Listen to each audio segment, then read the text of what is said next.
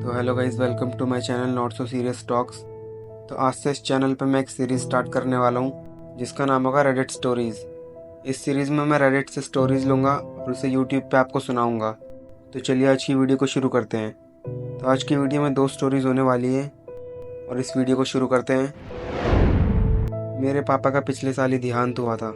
एक चीज़ जो मेरे पापा मुझे हमेशा कहा करते थे वो कि मैं उनके दादाजी की एक शॉटगन रखूँ। वो शॉटगन उनके दादा के पास थी बहुत टाइम पहले और पापा चाहते थे कि वो शॉटगन अब मैं रखूं। वो शॉटगन उन्होंने एटिक में रख रखी थी करके, लेकिन जब मुझे ये सारी चीज़ें याद आई और मैंने एटिक में जाकर चेक करा तो वहाँ पर वो शॉटगन नहीं थी। तो मैं थोड़ा चौंक गया क्योंकि मेरे को अच्छे से याद है मेरे पापा ने बताया था कि वो शॉटगन एटिक में ही रखी हुई है। लेकिन फिर थोड़े दिनों बाद मेरे को एक सपना आता है जिसमें मैं अपने पापा से बात कर रहा होता हूँ। मैं अपने पापा से पूछता हूँ, पापा वो शॉटगन कहाँ रखी है? और मेरे पापा जवाब देते हैं कि वो स्पेयर बेडरूम के क्लोजेट में रखी है।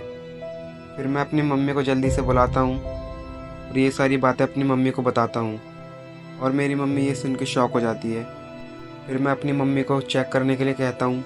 जब मेरी मम्मी वहाँ जाके चेक करती है तो वो शॉटगन सच में क्लोजेट में रखी होती है। अब ऐसा बिल्कुल पॉसिबल है कि पापा ने मुझे ये बात पहले बता रखी हो, बस मुझे याद ना हो और अभी ये सपने के रूप में मुझे दोबारा याद आ रही है। लेकिन मुझे ऐसा लगता है कि पापा ने आज से पहले मुझे ये बात कभी नहीं बताई। तो फ्रेंड्स, ये पहली स्टोरी तो यहीं ख़त्म होती है। ये स्टोरी आपको कैसी लगी मुझे कमेंट्स में ज़रूर बताना। तो चलिए दूसरी स्टोरी की तरफ बढ़ते हैं। मेरी लाइफ का सबसे स्कैरियस्ट मोमेंट तब घटा जब मैं और मेरा दोस्त ईस्टर्न कनाडा के एक जंगल में कैंपिंग कर रहे थे। हम उस टाइम तक भी टीनेजर ही थे। हमने एक अबैंडन कैंपर में स्टे करने का सोचा रात भर। वो कैंपर एक जंगल के बहुत ज़्यादा अंदर था, लेकिन वो जंगल हमारे घर से काफ़ी ज़्यादा पास था।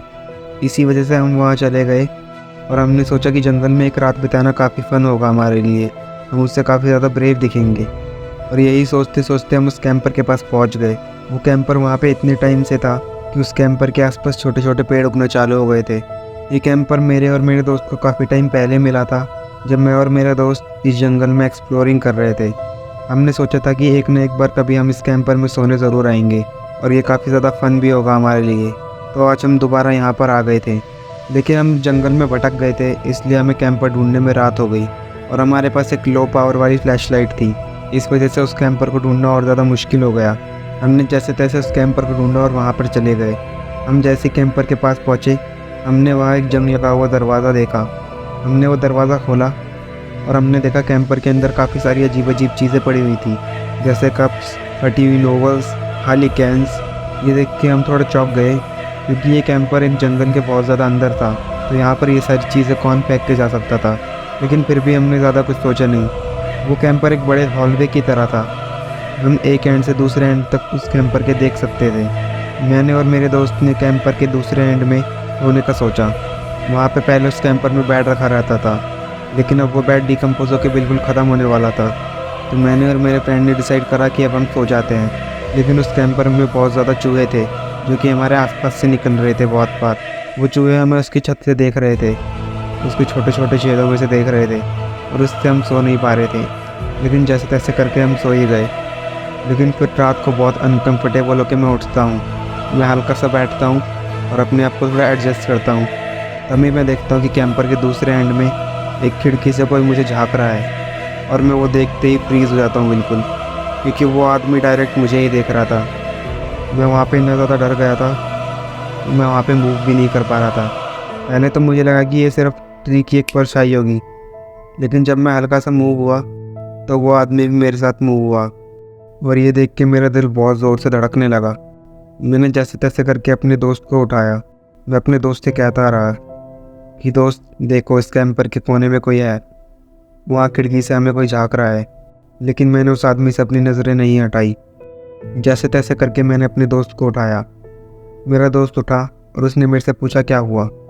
मैंने उसे कहा कि उधर देखो, वहाँ से कोई आदमी हमारी तरफ झाँक रहा है। मेरे दोस्त ने भी उस तरफ देखा और वो भी देख के डर गया। उसने भी उस आदमी को देखा। हम दोनों उस आदमी को 10 मिनट तक देखते रहे। जैसे ही हम हल्का सा मूव करते, वो आदमी भी हमारे साथ मूव करता और हम बहुत ज़्यादा डरे हुए थे। हम बहुत ज़्यादा तेज़ प्रेयर करने लग गए।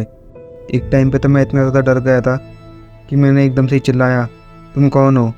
लेकिन उसकी तरफ से कोई रिप्लाई नहीं आया।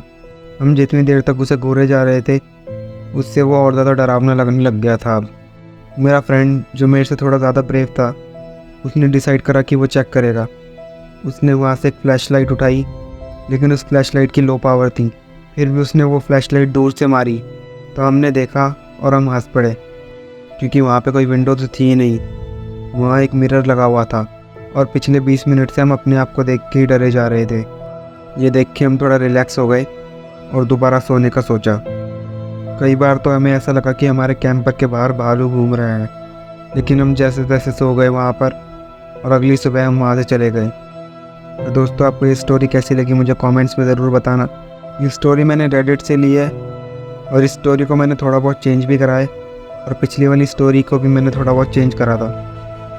तो मैं होप करता हूँ कि आप उसके साथ मैनेज कर लोगे। तो आज की इस वीडियो के लिए इतना ही। मिलता हूँ मैं आपसे एक और नई वीडियो में, तब तक के लिए बाय बाय।